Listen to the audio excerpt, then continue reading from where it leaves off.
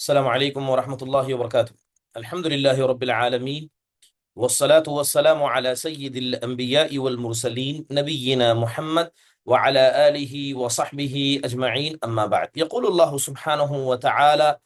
وقال اتخذ الرحمن ولدا سبحانہ بل عباد مکرمون لا يسبقونہ بالقول وهم بأمره يعملون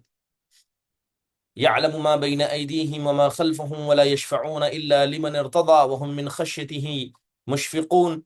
محترم و معزز حاضرین و حاضرات، الحمدللہ اللہ کے فضل و کرم سے عقیدے کی کلاسز روا دواں ہیں۔ ما قبل کلاس کے اندر فرشتوں کی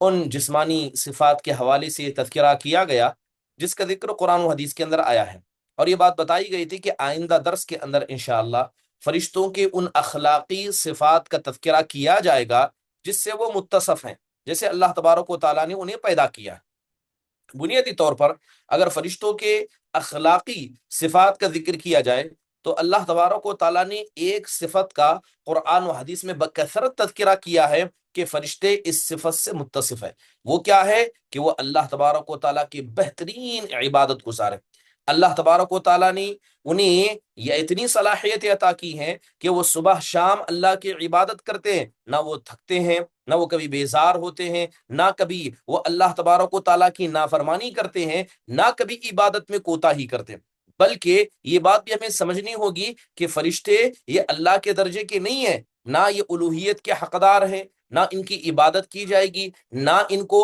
اللہ کے برابر کھڑا کیا جائے گا، نہ یہ کسی کو نفع اور نقصان پہنچانے کے مالک ہے۔ مطلب یہ ہے کہ یہ ایک معزز مخلوق ضرور ہے، نہ ربوبیت کی خاصیتیں ان کے پاس ہیں، نہ الوہیت کے مالک ہیں۔ قرآن میں اللہ تبارک و تعالیٰ نے سورہ آل عمران کے اندر فرشتوں کا تذکرہ کیا۔ اللہ نے کہا کہ ما کان لبشر ان یؤتیہ اللہ الکتاب والحکم والنبوہ ثم یقول للناس کونوا عبادا لی من دون اللہ۔ اللہ تعالیٰ ارشاد فرماتے ہیں کہ اللہ تبارک و تعالیٰ نے کسی بھی انسان کو یہ حق نہیں دیا، نہ کوئی کتاب عطا کر کے یہ کہا کہ ہم نے کسی بندے کو، کسی انسان کو نبی بنایا، کتاب عطا کی، حکمت عطا کی، اور وہ نبی جا کر لوگوں سے کہے کہ تم اللہ کو چھوڑ کر میری عبادت کرو۔ بلکہ وہ جا کر کیا کہتے ہیں کہ کونوا ربانیین بما کنتم تعلمون الکتاب بما کنتم تدرسون، کہ اللہ تبارک و تعالیٰ کی عبادت کرنے والے بن جاؤ، رب کی عبادت کرنے والے بن جاؤ، کیونکہ اللہ نے تمہیں کتاب عطا کی ہے اور اللہ تبارک و تعالیٰ نے یہی چیز تمہیں سکھائی ہے۔ پھر آگے کہا گیا وَلَا يَأْمُرُكُمْ أَن تَتَّخِذُوا الْمَلَائِكَةَ وَالنَّبِيِّينَ أَرْبَابًا أَيَأْمُرُكُمْ بِالْكُفْرِ بَعْدَ إِذْ أَنْتُمْ مُسْلِمُونَ۔ پھر کہا کہ اللہ تمہیں حکم نہیں دیتا کہ تم فرشتوں کو اور اللہ کے نبیوں کو اللہ کے علاوہ تم اور خدا بنا لو۔ اللہ تمہیں اس بات کا حکم نہیں دیتا یأمرکم بالکفر، کیا اللہ تبارک و تعالیٰ تمہیں مسلمان بنانے کے بعد کیا اللہ تبارک و تعالیٰ تمہیں دوبارہ کفر کی طرف لے جائے گا؟ علامہ ابن تیمیہ رحمہ اللہ فرماتے ہیں کہ جس آدمی نے فرشتوں کو، انبیاء کو اللہ کے علاوہ عبادت کا حقدار سمجھا، کوئی بھی عبادت جو صرف اللہ کے ساتھ خاص ہے، اگر اس کا ادنا حصہ بھی آپ نے انبیاء کی طرف موڑا یا فرشتوں کی طرف موڑا، یا کسی نے انبیاء کو، فرشتوں کو اللہ کے درمیان واسطہ، وسیلہ بنایا کہ وہ ہمیں نفع پہنچا سکتے ہیں، وہ نقصان پہنچا سکتے ہیں، یا ہمارے گناہوں کو وہ معاف کر سکتے ہیں، ہمارے دلوں میں ہدایت عطا کر سکتے ہیں، ہماری تکلیف کو کم کر سکتے ہیں، تو ایسا آدمی امت کے اجماع کے ساتھ کافر ہے۔ اللہ ابن میں کیا کہتے ہیں کہ جس نے فرشتوں کو اس لائق سمجھا وہ آدمی کافر ہے۔ قرآن مجید میں سورہ انبیاء کے اندر اللہ تعالیٰ ارشاد فرماتا ہے وَقَالُوا اتَّخَذَ الرَّحْمَنُ وَلَدًا، کہ انہوں نے کہا کہ اللہ نے، یعنی رحمان نے اپنے لیے بیٹا بنا لیا۔ سبحانہ بل عباد مکرمون، ہرگز نہیں، وہ تو اللہ تعالیٰ کی ذات پاک ہے۔ جنہیں تم اللہ کی اولاد کہتے ہو وہ تو اللہ کی معزز اور مکرم مخلوق ہیں۔ لا یسبقونہ بالقول، اللہ کی بات کے وہ آگے جاتے نہیں ہیں، وہم بامرہ یعملون، اور جو حکم اللہ تبارک و تعالیٰ دیتا ہے وہ اس پر عمل کرتے ہیں، وہ اس پر عمل کرتے ہیں۔ یعلم ما بین ایدیہم وما خلفہم ولا یشفعون الا لمن ارتضی، انہیں پتا ہے کہ خیر کیا ہے، شر کیا ہے، اور یاد رکھنا کہ قیامت کے دن یہ فرشتے بھی اللہ کی اجازت کے بغیر کسی کی شفاعت نہیں کر پائیں گے، بلکہ وہ تو خود اللہ سے ڈرتے ہیں۔ وَمَن يَقُلْ مِنْهُمْ إِنِّي إِلَٰهٌ مِّن دُونِهِ فَذَٰلِكَ نَجْزِيهِ جَهَنَّمَ كَذَٰلِكَ نَجْزِي الظَّالِمِينَ، اور آپ یہ کہہ دیجئے کہ جو آدمی اس بات کو مانتا ہے کہ اللہ کے علاوہ کوئی غیر اللہ ہے جس کی عبادت کی جانی چاہیے، ایسے آدمی کا ٹھکانہ جہنم ہوگا، کیونکہ ایسے ظالموں کے ساتھ ہم ایسا ہی کرتے ہیں۔ امام ابن کثیر رحمہ اللہ فرماتے ہیں کہ اللہ تبارک و تعالیٰ کے فرشتے یہ بلند مقام رکھتے ہیں، ان کا ایک عزت کا دائرہ ہے، ان کی ایک مقام ہے، یہ اللہ کی عبادت میں سب سے پرفیکٹ ہے، نہیں کبھی غلطی کرتے، لیکن اس کا مطلب یہ نہیں ہے کہ وہ کائنات میں تصرف کا حق رکھتے ہیں، یہ نہیں ہے کہ کوئی آدمی یہ سمجھے کہ ہم ان سے کیا ہے درخواست کر سکتے ہیں۔ محترم حاضرین، اس کے بعد اگر بات کریں، فرشتے یہ بڑی معزز اور مکرم مخلوق ہے۔ کتنی معزز و مکرم مخلوق ہیں؟ قرآن میں اللہ تبارک و تعالیٰ نے ان کے وصف کو بیان کرتے ہوئے کہا کہ بِأَيْدِي سَفَرَةٍ كِرَامٍ بَرَرَةٍ، کہ اللہ تبارک و تعالیٰ نے کچھ سفیر بنائے جو آسمان سے زمین کی طرف اللہ کا پیغام لے کر آتے ہیں، اللہ نے کچھ سفیر بنائے ہیں، پھر کہا بِأَيْدِي سَفَرَةٍ، یعنی یہ جو سفیر ہیں کون ہیں؟ یہ اللہ کے فرشتے ہیں۔ پھر اللہ تبارک و تعالیٰ نے کہا کرام بررہ، کہ اللہ تعالیٰ نے انہیں پیدا کیا ہے تو ان کی پیدائش کتنی ہے؟ بڑے شریف ہیں، بڑے معزز اخلاق والے ہیں، جس طرح ظاہر پاک ہے باطن بھی پاک ہے۔ اس لیے حضرت عائشہ رضی اللہ عنہا کی وہ روایت ہمیں یاد رکھنی ہوگی کہ فرشتے جو معزز ہیں، مکرم ہیں اور سفرۃ الکرام یعنی بڑے خوبصورت، بڑے اعلیٰ مقام کے، اللہ کے نبی صلی اللہ علیہ وسلم کہتے ہیں مثل الذی یقرأ القرآن وهو حافظ له مع السفرۃ الکرام، اللہ کے نبی نے کہا کہ جو آدمی قرآن کی صبح شام تلاوت کرتا ہے اور وہ اس میں بہتر ہے، وہ قیامت کے دن ان کرام، ان بزرگ فرشتوں کے ساتھ ہوگا۔ ومثل الذی یقرأ القرآن وهو یتعاہدہ وعلیہ شدید فلہ اجران، اور جو آدمی قرآن کی تلاوت کرتا ہے اس حال میں کہ اس کو پڑھنے میں تکلیف ہے، وہ صحیح طریقے سے الفاظ اور مخارج کو ادا نہیں کر سکتا، اللہ تعالیٰ ایسے آدمی کو دگنا اجر عطا کرنے والا ہے۔ یہ بات ہمیں سمجھنی ہوگی کہ فرشتے یہ معزز مخلوق ہے، مکرم مخلوق ہے۔ اللہ تعالیٰ نے ان کے اخلاقی صفات میں ایک عظیم صفت حیا کا تذکرہ کیا۔ حیا حقیقت میں یہ انسانی زندگی کے اندر بڑی عظیم معنی رکھتی ہے۔ جب تک انسان کے دل میں حیا موجود ہے، اس کی آنکھوں میں حیا ہے، اس کے الفاظ میں حیا ہے، اس کے اٹھنے بیٹھنے اور چلنے میں حیا ہے، سمجھ لیجئے ایسے حیادار آدمی سے شیطان بھی گھبراتا ہے، ایسے حیادار انسان سے برائیاں دور بھاگ جاتی ہیں، کیونکہ حیا کا مقام و مرتبہ شریعت کے اندر ایسا ہی ہے۔ آپ کو پتا ہونا چاہیے کہ اللہ کی یہ معزز مخلوق بڑی با حیا ہے۔ حضرت عائشہ رضی اللہ عنہا کی روایت ہے، امام مسلم نے اس روایت کو اپنی کتاب کے اندر نقل کیا، کہتی ہیں کہ اللہ کے نبی صلی اللہ علیہ وسلم اپنے گھر میں لیٹے ہوئے تھے، کاشفا عن فخذیہ او عن ساقیہ، کہتی ہیں کہ اللہ کے نبی صلی اللہ علیہ وسلم کی جو پنڈلی ہے یا تو وہ کھلی تھی یا تو آپ کی ران کا کچھ حصہ کھلا ہوا تھا، فاستأذن ابو بکر فأذن له، اسی درمیان حضرت ابو بکر نے گھر میں آنے کی اجازت مانگی، ان کو اجازت دے دی گئی، اور اللہ کے نبی اسی حالت میں لیٹے ہوئے۔ پھر اس کے بعد حضرت عمر نے اجازت مانگی اور ان کو بھی اجازت دی گئی، اللہ کے نبی اسی حالت میں لیٹے ہیں۔ اس کے بعد حضرت عثمان بن عفان رضی اللہ عنہ نے گھر میں آنے کی اجازت مانگی۔ حضرت عائشہ کہتی ہیں فجلس رسول اللہ وسوى ثيابه، اللہ کے نبی اٹھ کر بیٹھ گئے اور آپ نے اپنے اس کپڑے کو جو ران سے تھوڑا کپڑا ہٹا تھا، اللہ کے نبی صلی اللہ علیہ وسلم نے اس کپڑے کو سیدھا کر لیا، اور اس کے بعد جب سب لوگ چلے گئے تو حضرت عائشہ رضی اللہ عنہا، کیونکہ اللہ کے نبی صلی اللہ علیہ وسلم کی ہر ایک فعل پر بڑی گہری نظر رکھتی تھی، انہوں نے سوال کیا اور کہا کہ مجھے آپ کے آج اس فعل سے بڑا تعجب ہوا کہ میرے ابا آئے، آپ اسی حالت میں لیٹے تھے، حضرت عمر آئے، آپ اسی حالت میں لیٹے تھے، لیکن جیسے ہی حضرت عثمان بن عفان داخل ہوئے، اے نبی صلی اللہ علیہ وسلم آپ نے اپنے کپڑے کو ڈھانک لیا، اٹھ کر بیٹھ گئے۔ تو اللہ کے نبی صلی اللہ علیہ وسلم نے کہا الا استحی من رجل تستحی منہ الملائکہ، کیا ایسے آدمی سے میں حیا نہ کروں جس سے خود اللہ کے فرشتے حیا کرتے ہیں، جس سے اللہ کے فرشتے حیا کرتے ہیں۔ سبحان اللہ، امام نووی رحم اللہ کہتے ہیں کہ انسان کے چہرے پر مسکراہٹ آ جائے، ملاقات کرنے پر انسان کیا ہے طلاقت الوجہ کا استعمال کرے، اور یہ بات یاد رکھیے یہ حضرت عثمان بن عفان کی عظیم فضیلتوں میں سے ہے کہ اللہ کے نبی صلی اللہ علیہ وسلم کا ان سے حیا کرنا یہ بتاتا ہے کہ فرشتوں کے نزدیک یہ ان کا کتنا بڑا مقام ہوگا۔ اور خود جناب محمد الرسول اللہ صلی اللہ علیہ وسلم کی حیا کے بارے میں ہم جانتے ہیں، لہذا یہ حیا یہ فرشتوں کی کی ایک عظیم صفت ہے جس سے اللہ تبارک و تعالیٰ نے ان کو متصف کیا ہے۔ محترم حاضرین،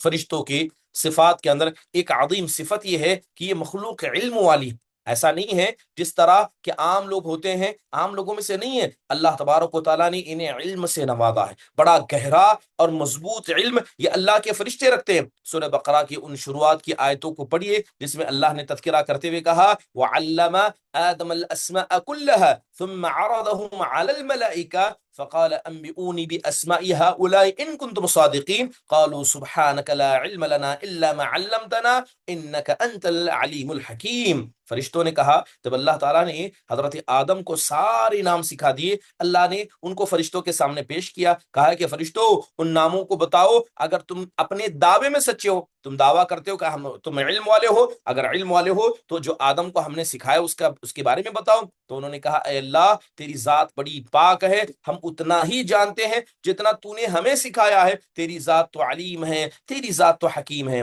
تو آپ دیکھیں کہ اللہ تبارک و تعالیٰ نے ان معزز فرشتوں کو علم والی مخلوق بنایا، عام مخلوق نہیں ہے، یہ علم والی معزز مخلوق ہے۔ بنیادی طور پر اگر اشارتاً بتاؤں، اب دنیا کے اندر جتنے بھی اچھے کام ہو سکتے ہیں، جتنے بھی برے کام ہو سکتے ہیں، ہو سکتا ہے کہ تمام چیزوں کو ہم نہیں جانتے ہیں، لیکن اللہ کے فرشتے ہر اچھی چیز کو جانتے ہیں کہ یہ نیکی ہے، اور ہر بری چیز کو جانتے ہیں کہ یہ برائی ہے۔ تبھی تو اللہ تبارک و تعالیٰ نے ہمارے اعمال کو لکھنے کی ذمہ داری ان کو دی ہے، کون سا عمل صحیح ہے کون سا غلط ہے یہ فرشتوں کو پہچان ہے، کیا حلال ہے کیا مکروہ ہے کیا حرام ہے کیا مستحب ہے، یہ سب فرشتے جانتے ہیں۔ لہذا فرشتوں کا اس باریک بینی کے ساتھ ثواب کو ہمارے نام اعمال میں لکھنا اور اللہ تعالیٰ کا انہیں ذمہ داری دینا، یہ پتہ چلتا ہے کہ فرشتے یہ علم والی مخلوق ہیں، یہ علم والی مخلوق ہے۔ اس لیے قرآن میں اللہ نے کہا وَإِنَّ عَلَيْكُمْ لَحَافِظِينَ، اے انسانوں تمہارے اعمال کی حفاظت کرنے کے لیے، لکھنے کے لیے ہم نے کچھ محافظ رکھے ہیں، کرامن کاتبین یعلمون ما تفعلون، اور وہ کرامن کاتبین ہیں جو کچھ بھی تم کرتے ہو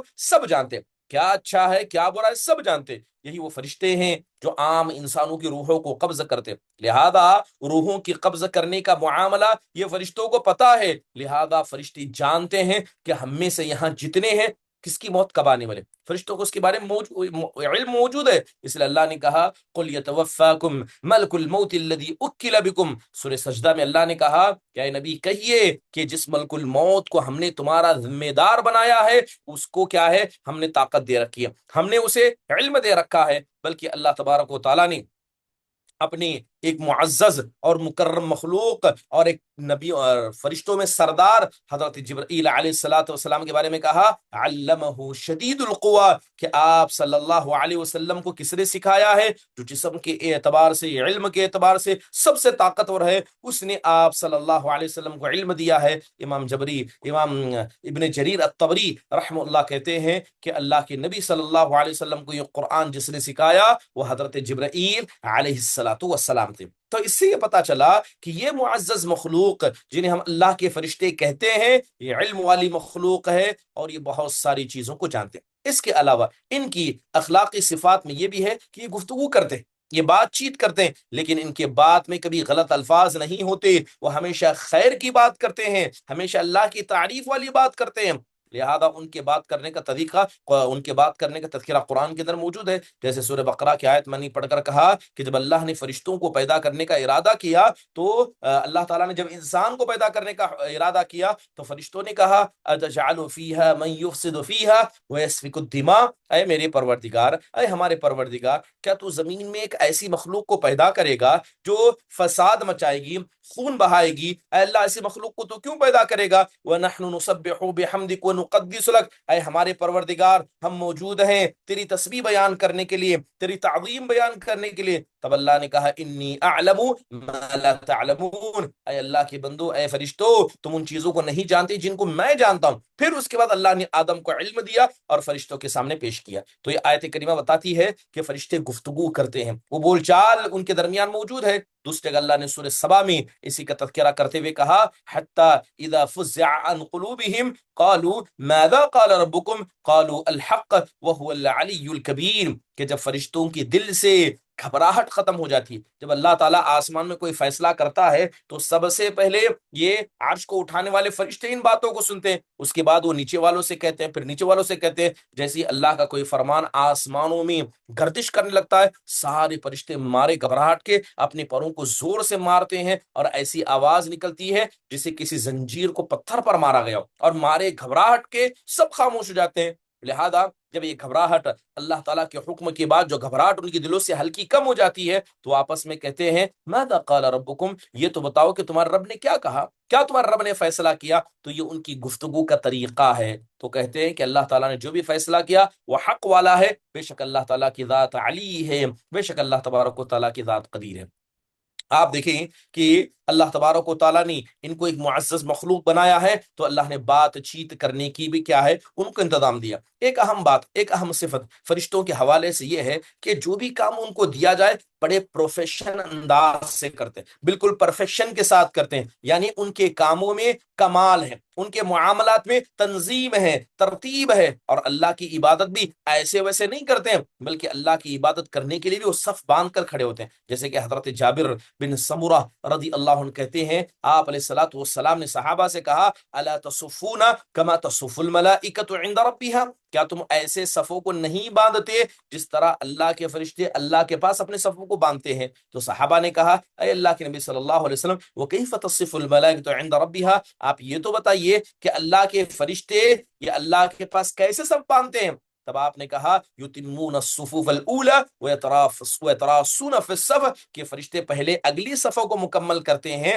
پھر اس کے بعد وہ اپنے صفوں کے اندر مضبوطی کو لاتے ہیں، وہ مضبوطی کو لاتے ہیں۔ یہی وجہ ہے کہ صف باندھنا یہ فرشتوں کی عبادت کا ایک طریقہ ہے، جو طریقہ اللہ کو پسند ہے، اس لیے اللہ نے ہمیں بھی نماز کے وقت صفوں کو باندھنے کا حکم دیا۔ قیامت کے دن جب فرشتے آسمان سے اتریں گے کیا حالت ہوگی؟ وجاء ربک والملک صفا صفا، کہ قیامت کا وقت ہوگا، تمہارا رب اترے گا اور اللہ کے ساتھ فرشتے آئیں گے، کس حال میں ہوں گے؟ صفا صفا، یہ صف صف بنا کر کھڑے ہوں گے، اسی صف کے ساتھ وہ زمین پر اتریں گے۔ آپ اس لیے دیکھیں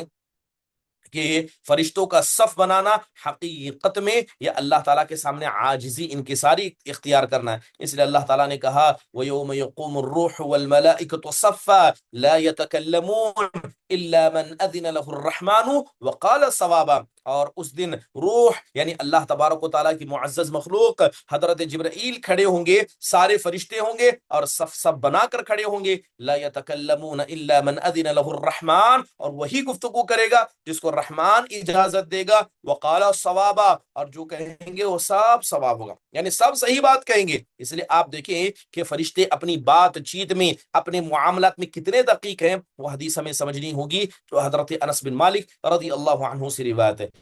اور جس کو امام مسلم نے اپنی کتاب میں نقل کیا کہ جب اللہ کے نبی صلی اللہ علیہ وسلم کو معراج پر بلایا گیا تھا، تو جب آپ پہلے آسمان پر پہنچے تو پہلے آسمان کی حفاظت کرنے والا جو فرشتہ جسے خازن کہا گیا، اس نے پوچھا کہ آپ کون ہیں؟ تو کہا گیا کہ میں محمد ہوں۔ تو پوچھا گیا کیا آپ کو آنے کا حکم دیا گیا تھا؟ بلکہ دوسری روایتوں میں ہے اس فرشتے نے کہا کہ مجھے کہا گیا ہے کہ جب آپ آئیں تبھی میں دروازہ کھولوں، جب آپ آئیں میں تبھی دروازہ کھولوں، لہذا آسمان کا دروازہ آپ کا نام پوچھ کر تحقیق کر کے فرشتے کھولیں گے۔ سبحان اللہ، یہ اپنے معاملات میں اتنی منظم ہے، یہ اپنے معاملات میں اتنے مکرم ہے۔ محترم حاضرین، فرشتے حقیقت میں ہماری محبتوں کے حقدار ہے، کہ فرشتوں سے انسان کو محبت ہونی چاہیے۔ چلیے، یہ تو میں نے آپ کے سامنے تذکرہ کیا فرشتوں کے صفات کا، چاہے وہ اخلاقی صفات ہو یا جسمانی صفات ہو۔ اب اس کے بعد اگر فرشتوں کے اعمال کی جائے کہ فرشتے وہ کون سے کام ہیں جو ہمارے لیے کرتے ہیں، بنیادی طور پر آپ کے سامنے بتا دوں کہ فرشتے بہت سارے کاموں کو انجام دیتے ہیں، فرشتے بہت سارے کاموں کا انجام دیتے ہیں، ان کے اپنے اعمال ہیں۔ چلیے کچھ اعمال کا تذکرہ میں کر دیتا ہوں کہ اللہ تبارک و تعالیٰ نے ان کاموں کے لیے فرشتوں کو مقرر کر رکھا۔ سب سے پہلے بنیادی چیز جو اس روئے زمین کے سب سے ایک عظیم کام ہے، اللہ تبارک و تعالیٰ کی کتاب کو آسمان سے لے کر زمین تک آنا۔ یہ خدمت کس کی ہے؟ یہ کام ہمارے لیے کون کرتے ہیں؟ یہ اللہ تعالیٰ کے فرشتے کرتے ہیں، اور اللہ کے فرشتوں میں ایک فرشتے جو سب کے سردار ہیں حضرت جبرائیل علیہ الصلوۃ والسلام، جنہیں قرآن میں اللہ نے کہیں روح الامین کہا، کہیں روح القدس کہا، یہ اللہ نے نام ان کو دیے ہیں، یہ کام حضرت جبرائیل علیہ الصلوۃ والسلام کا ہے۔ اس لیے سورہ بقرہ میں اللہ نے کہا کہ قل من كان عدوا لجبريل فانه نزله على قلبك باذن الله، اے نبی آپ کہہ دیجئے کہ جو ہمارے بندے جبرائیل کا دشمن ہے، اللہ اس کا دشمن ہے، کیونکہ فانه نزل على قلبك باذن الله، کہ یہی وہ جبرائیل علیہ الصلوۃ والسلام ہے جو اللہ کی اجازت سے آپ کے دل پر انہوں نے قرآن کو اتارا۔ بلکہ امام ابن کثیر رحمہ اللہ فرماتے ہیں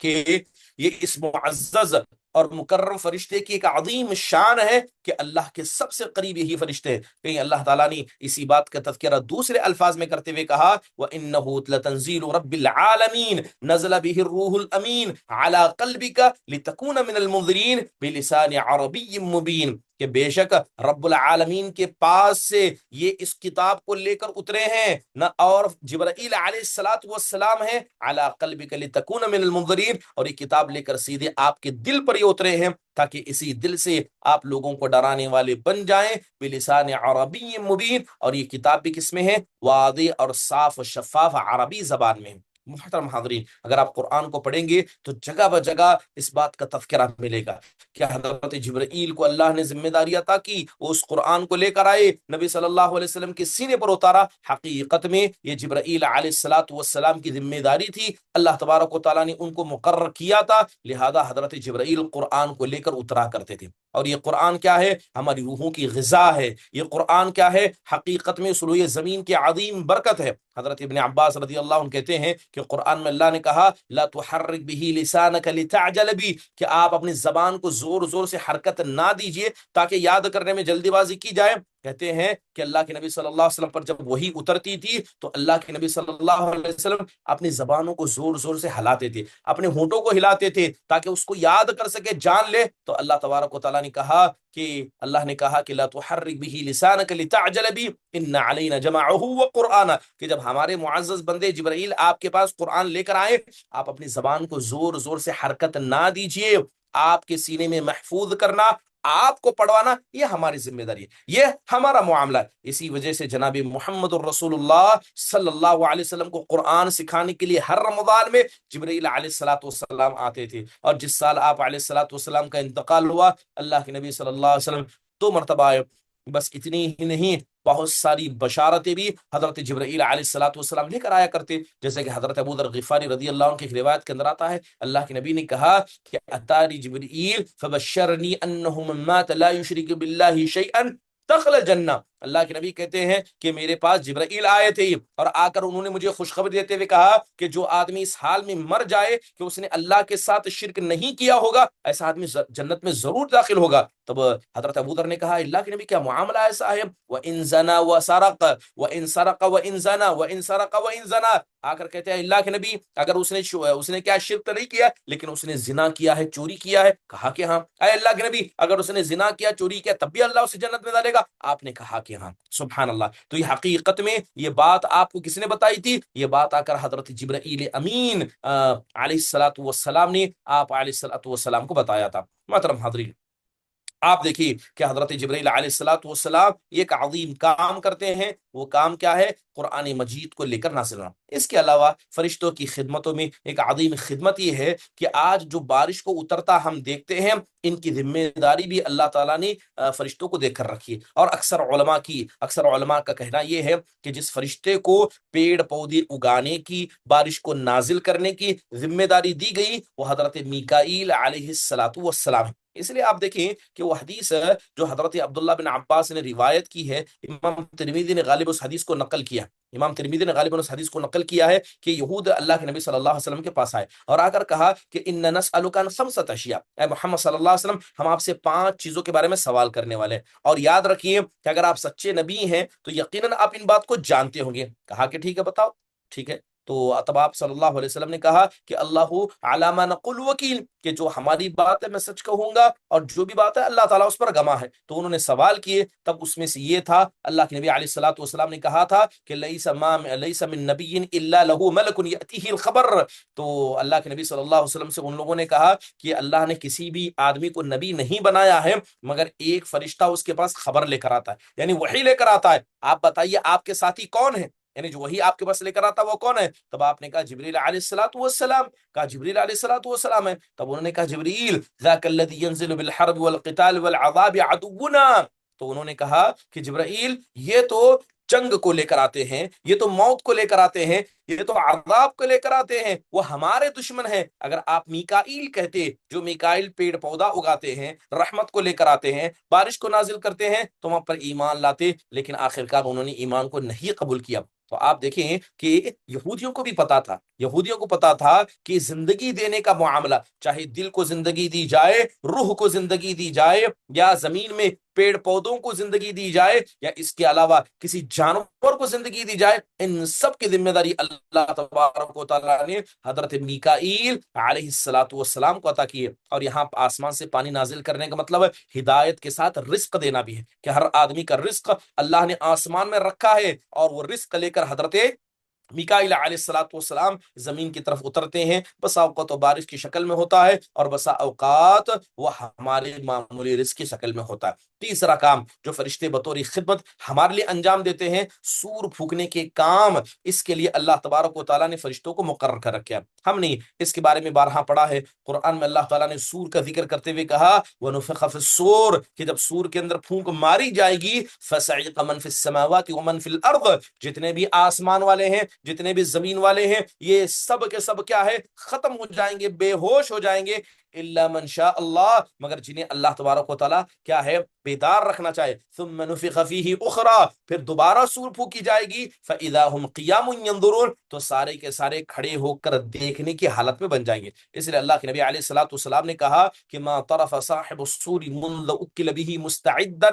کہ جب سے اللہ تبارک و تعالیٰ نے سور کی ذمہ داری ایک فرشتے کے حوالے تھمائی ہے، وہ فرشتہ برابر عرش کی طرف دیکھ رہا، برابر عرش کی طرف دیکھ رہا ہے، ایک لمحے کے لیے بھی نگاہیں اس نے ادھر ادھر نہیں کی ہے، برابر عرش کی طرف دیکھ رہا ہے، اس ڈر سے کہ میں کہیں پلک بھی جھپکوں، میں اپنی نگاہوں کو ہٹاؤں، اور اسی درمیان اللہ سور پھونکنے کا حکم دے دے اور سور پھونکنے میں مجھے تاخیر ہو جائے، تو لہذا وہ فرشتہ لگاتار ٹکٹکی لگا کر وہیں پر بیٹھا ہوا۔ تو یہ بات پتا چلی کہ اللہ تبارک و تعالیٰ نے کاموں میں ایک عظیم کام، وہ سور پھونکنا، جس کی وجہ سے آسمان و زمین کی ساری حیاتیں بدل جائیں گی، یہ دنیا ختم ہوں کے آخرت کے مرحلے پر قدم رکھے گی، اس کی ذمہ داری بھی اللہ تبارک و تعالیٰ نے فرشتوں کو عطا کی ہے۔ اس کے علاوہ معزز کاموں میں جن اعمال کو فرشتے ادا کرتے ہیں، کام کرتے ہیں، ان میں اللہ کے عرش کو اٹھانا بھی، اللہ کے عرش کو اٹھانا، لہذا اللہ تعالیٰ بنیادی طور پر سمجھ لیجئے کہ اللہ کو عرش کی ضرورت نہیں ہے، اللہ تعالیٰ کو عرش کے اٹھانے والے فرشتوں کی ضرورت نہیں ہے، بلکہ اللہ کے فرشتے یہ اللہ کے محتاج ہیں، وہ عرش یہ اللہ کا محتاج ہے۔ عام انسانوں کی طرح نہ سمجھیں، جس طرح کے بعض متکلمین نے اللہ تعالیٰ کے صفت استوا کا انکار کیا، کہا کہ جس طرح ایک چارپائی پر کوئی بیٹھے، اگر چارپائی کے پیروں کو توڑ دیا جائے وہ چارپائی نیچے گر جاتی ہے، اسی طرح اللہ تبارک و تعالیٰ کے فرشتے جنہوں نے عرش کے پہیوں کو پکڑ کر رکھا ہے، لہذا یہ عرش ان پہیوں کا محتاج ہے، اور نعوذ باللہ اللہ عرش کا محتاج ہے، تبھی جا کر اللہ تعالیٰ مستوی ہے۔ بنیادی طور پر سمجھے، اس لیے امام طحاوی رحمہ اللہ جو حنفی تھے، وہ کہتے ہیں کہ وہ مستغن عن العرش وما دونہ، کہ اللہ تبارک و تعالیٰ عرش سے بے نیاز ہے، اور عرش کے علاوہ جتنی مخلوقات ہیں اللہ سب سے بے نیاز ہے، اللہ کو کسی کی ضرورت نہیں ہے، بلکہ اللہ تو قیوم السماوات والارض ہے، اللہ تعالیٰ نے اپنی طاقت سے، اپنی قدرت سے، اور کیا ہے، اللہ تبارک و تعالیٰ نے اپنے جلال سے تمام آسمان و زمین کو پکڑ کر رکھا ہے، کہ اللہ تعالیٰ کو عرش کی ضرورت ہے نہیں، لیکن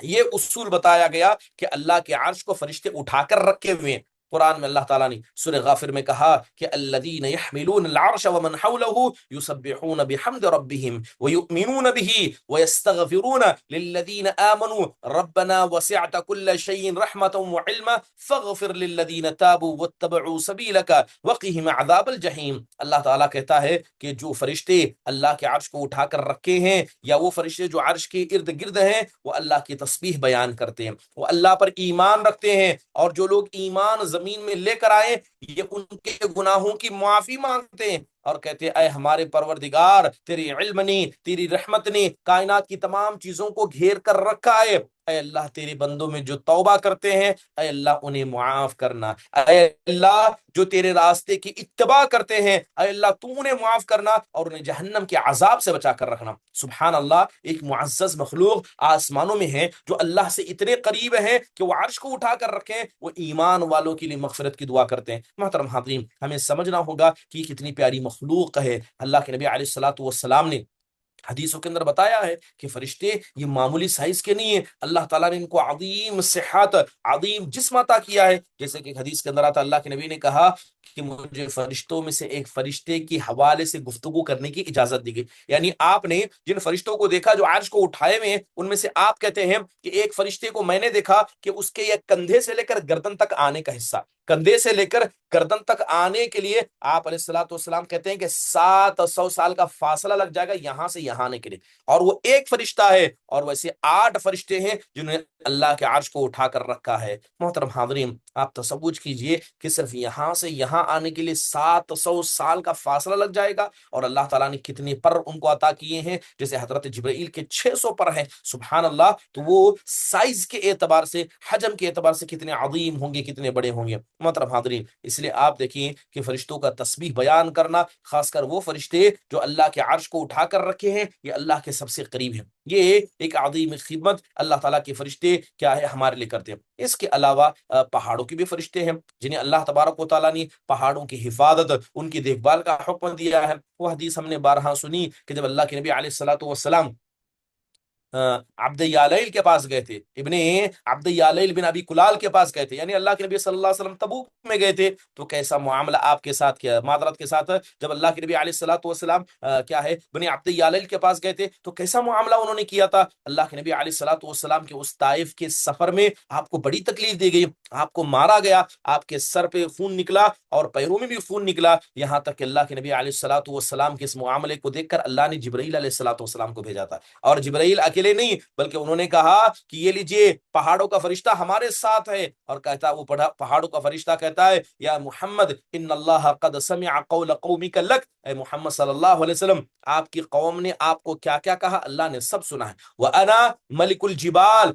میں کیا ہے پہاڑوں کا فرشتہ ہوں، وقد بعثنی ربک الیک لتأمرنی امرک فما شئت، وہ آ کر کہتا ہے کہ آپ کے رب نے مجھے آپ کے پاس بھیجا ہے کہ آپ جو چاہیں ان کا فیصلہ کر دیں، ان شئت اطبق علیہم الاخبشتین، کہ اگر آپ چاہیں تو ان دونوں کو میں یعنی ان مکہ والوں کو 2 پہاڑوں کے درمیان پیس کر رکھ دوں گا۔ اللہ کے نبی علیہ الصلوۃ والسلام کے سامنے آ کر وہ فرشتہ ایسی بات کرتا ہے، تب اللہ کے نبی نے کہا بل ارجو ان یخرج اللہ من اصلابہم من یعبد اللہ وحدہ لا یشرک بہ شیئا، آپ نے کہا کہ مجھے تو امید ہے کہ اللہ ان کی پیٹھ سے، اللہ ان کی نسل سے ایسوں کو پیدا کرے گا جو آگے چل کر صرف ایک اللہ کی عبادت کریں گے اور کسی کی عبادت وہ نہیں کریں گے۔ تو اس حدیث کے اندر ملک الجبال یعنی پہاڑوں کا فرشتہ ہے، تو پتہ یہ چلا، امام ابن العز الحنفی رحمہ اللہ فرماتے ہیں کہ پتہ یہ چلا کہ کتاب و سنت اس بات پر دلالت کرتی ہے کہ فرشتے کی بہت ساری قسمیں ہیں، کچھ فرشتے یہ مخلوقات کی طرح ہیں،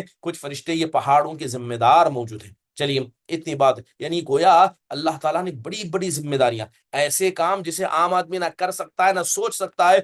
ایسے کام اللہ سبحانہ و تعالیٰ نے فرشتوں کو عطا کر رکھے، ان میں سے پہاڑوں کی حفاظت، ان کی دیکھ بھال کا کام ہے۔ محترم حاضرین، اس کے علاوہ فرشتوں کے کاموں میں ایک عظیم کام کیا ہے، یہ مادر رحم کے اندر موجود رہتے ہیں، رحم کے اندر آ کر ان کا کام کیا ہوتا ہے، 4 چیزوں کا کام کرنا، جیسے حضرت انس بن مالک رضی اللہ عنہ کی بڑی مشہور روایت ہے، صحیح بخاری مسلم دونوں کے اندر موجود ہے، اللہ کے نبی فرماتے ہیں ان اللہ عز وجل وکل بالرحم ملکا، آپ کہتے ہیں کہ اللہ تعالیٰ مادر رحم کے اندر ایک فرشتے کو ذمہ داری دیتا ہے، وہ کہتا ہے یا رب نطفہ، جیسے ہی وہ نطفہ ہو جاتا ہے مادر رحم میں ٹک جاتا ہے تو فرشتہ کہتا ہے اے اللہ یہ تو نطفہ ہو گیا، یا رب علقہ، اے اللہ یہ خون کا لوتڑا ہو گیا، یا رب مضغہ، اے میرے رب یہ گوشت کا لوتڑا ہو گیا۔ جب اللہ تبارک و تعالیٰ اسے پیدا کرنا چاہتا ہے تو وہ سوال کرتا ہے ذکر ام انثی، اے اللہ اس کو مرد بناؤں کہ عورت بناؤں، اس کو نیک بناؤں یا بدبخت بناؤں، وہ فرشتہ یہ تک کہتا ہے اے اللہ اس کا رزق کتنا لکھوں، اس کی موت کب لکھوں۔ جتنی باتیں اللہ کے حکم سے کہی جاتی ہیں وہ چار چیزیں، مرد میل ہوگا فیمیل ہوگا، نیک ہوگا برا ہوگا، کیا کھائے گا کیا کمائے گا، اور کب تک زندہ رہ کے آخری میں کب مرے گا، یہ چاروں چیزیں فرشتہ مادری رحم میں لکھ دیتا ہے۔ گویا ہم اپنی ماں کے پیٹ سے نکلے بعد میں ہیں اور ہماری موت کا فیصلہ اور لکھاوٹیں پہلی ہو چکی ہیں۔ دوسری روایت